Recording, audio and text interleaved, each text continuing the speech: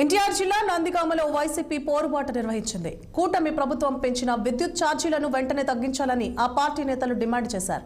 మాజీ MLA Mondithoka Jaganmohan Rao, MLC Arun Kumar ఆధ్వర్యంలో party శ్రేణులు విద్యుత్ సబ్స్టేషన్ వద్ద ఆందోళన చేపట్టారు. వ్యవసాయ పంపు సెట్లకు వెంటనే కనెక్షన్ మంజూరు చేయాలని డిమాండ్ చేస్తూ విద్యుత్ అధికారులకి వినతిపత్రం ఇచ్చారు. ఇక గృహ వినియోగదారులపై మోపిన 15,485 కోట్ల 36 లక్షల ఛార్జీల బాధుడును వెనక్కి తీసుకోవాలని డిమాండ్ చేశారు. చంద్రబాబు సర్కార్ ఎన్నికల హామీలో భాగంగా విద్యుత్ ఛార్జీల పెంపు నిలిపివేయాలన్నారు.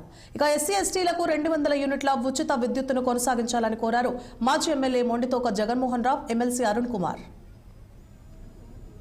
ఎస్టీలకు ఇచ్చినటువంటి 100 యూనిట్లని జగన్మోహన్ రెడ్డి గారి పెద్ద మనసుతో 200 యూనిట్లు చేస్తే ఇప్పుడు దాన్ని తొలగించడమే కాకుండా ఈ పెంచిన విద్యుత్ భారాన్ని కూడా వాళ్ళ మీద మోపారు.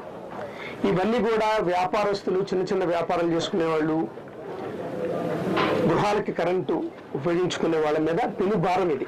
ఆయన చెప్పింది అంటే ఎంత ఘోరంగా మోసం చేశారు అనే దానికి ఎన్నో ఉదాహరణలు, ఇదొక ఉదాహరణ.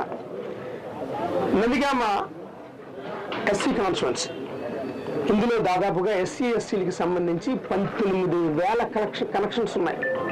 17,000 మంది ఎస్సీలు ఉంటే 1,700 మంది ఎస్టీలు ఉన్నారు. వీళ్ళందరూ కూడా ఇప్పుడు 200 యూనిట్లని ఉపయోగించుకోకపోవటమే కాక